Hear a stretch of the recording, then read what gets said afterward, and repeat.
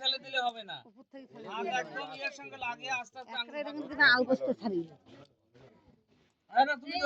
পরে হাতে দাও, একবার চাইলে এরে একবারে ষোলো দিবা, ধোকা ধোকা করি ধোকা